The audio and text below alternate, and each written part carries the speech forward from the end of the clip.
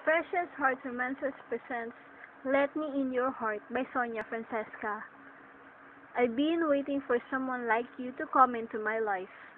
Ang akala ko nga ay hindi na kita makikita pa. Saisi was turning 28, pero magulo pa rin ang utak niya. Tila walang patutunguhan ng kanyang buhay. Ayaw na rin niyang pamahalaan ang furniture business ng pamilya nila. Hanggang sa magpasya ang kanyang mga magulang na isara na lamang yon. Matutuwa na sana siya, pero biglang umentra sa eksena si Jethro, her brother-in-law's estranged brother. Nag-request ito na sa kumpanya nila mag-training. Ang dating magulo na niyang utak ay lalong nagulo, lalo na sa tuwing makikita niya ang gwapong mukha nito. Bigla ay ayaw na niyang magsara ang kumpanya nila.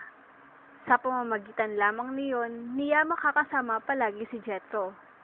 Ang kaso, ayaw pumayag ng kanyang mga magulang. Ngayon ay may dalawang bagay siyang dapat patunayan. Una, nakarapat-dapat siyang bigyan ng ikalawang pagkakataon ng kanyang mga magulang na pamahalaan ng kumpanya nila. Pangalawa, ang patunayan kay Jethro na siya ang babaeng itinakda para dito. Mapagtagumpayan kaya niya ang mga yon?